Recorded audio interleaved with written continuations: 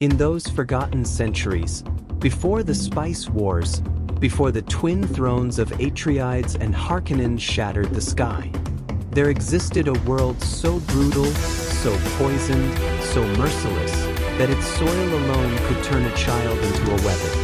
Salusa Secundus, a prison planet, a graveyard of empires, and the cradle of the Emperor's most terrifying creation. From its ash dunes and venom winds rose warriors who did not fear death, because death had already claimed them once. Men shaped not by training, but by extinction. Soldiers who fought with the silence of executioners and the faith of fanatics.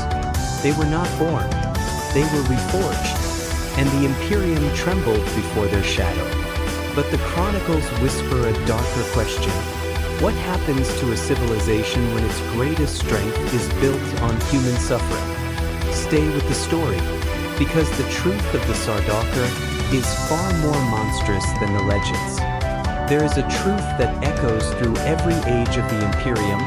Power is never clean. Not when it is seized, not when it is kept, and certainly not when it is enforced by men sculpted in the image of death. The Sardaukar stand as one of the most unsettling paradoxes in human history. They were the Emperor's shield and his unspoken threat. Symbols of order, born from absolute chaos. Champions of civilization, raised in a world that murdered the weak without hesitation. In those days, political philosophers of the Landsraad argued endlessly about legitimacy, whether rule came from heredity, from tradition, or from the silent machinery of the Great Convention. But the Imperial throne knew a harsher truth. Authority survives only when others fear to challenge it, and fear was the Sardaukar's true language.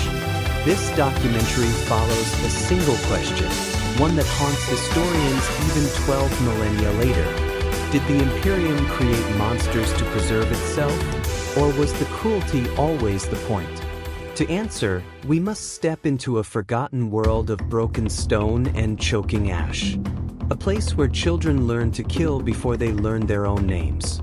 A place where survival itself became a philosophy.